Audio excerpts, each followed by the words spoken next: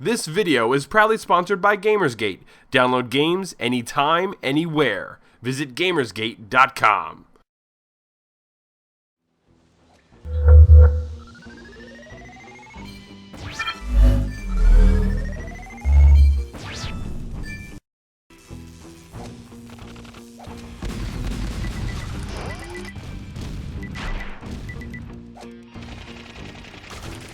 The indie scene is jam-packed with great and original games these days, but given the length of the typical indie experience, fans are always on the lookout for the next jaw-dropping title.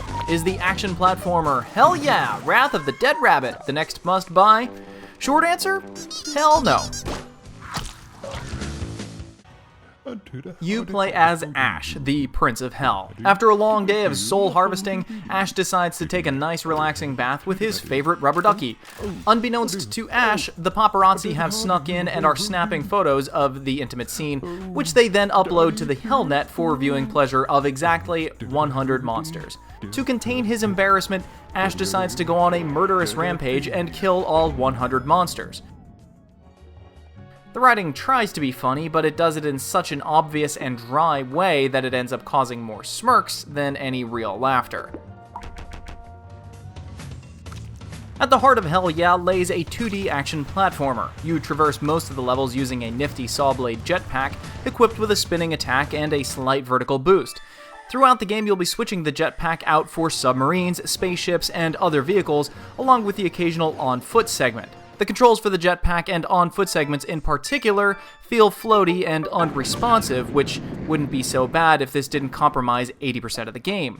If you play the game on PC, we recommend using the keyboard and mouse combination instead of a gamepad, as this is definitely the superior option given that the game won't allow you to use the D-pad for navigation. Hell Yeah regularly doles out new implements of destruction either through simple handouts or through the item shop. Strangely, most of the weapons are entirely too similar to each other, with over half of the weapons being duplicates in all but look and sound.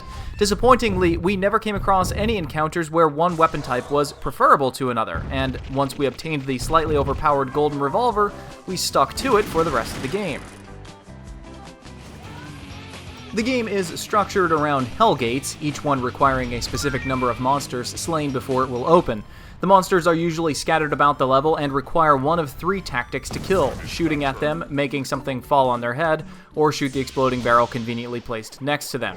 Once a monster is on its last legs, the game will prompt a WarioWare-style minigame to deal the killing blow, none of which, gruesome as they are, provide particularly fun or interesting gameplay. The levels are all painted with beautifully vibrant colors, and visual styles are swapped out pretty quickly. Sometimes, however, this works against the game, as distinguishing between the foreground and background objects and those of the actual playing field isn't always easy, leading to many cheap deaths.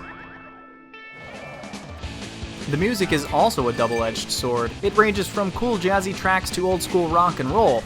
The music is quite loud compared to the sound effects, and the game has absolutely no audio settings, which is, to say the least, problematic. On some levels where the music is particularly annoying and repetitive, this can be unbelievably infuriating. At first glance, Hell Yeah seems like a really cool game with some good ideas and a striking visual style. Delve a little deeper under the hood, however, and you'll discover that every good idea is squandered by underdevelopment and/or poor implementation. Floaty controls, terrible customization options, and the lack of any appealing gameplay hooks ruined the experience for us. The length of the game is only around 5 to 6 hours, but it feels considerably longer due to all the backtracking and cheap deaths. While we can't say that any one part of the game was downright awful, none of our time in Hell Yeah was any fun. At all.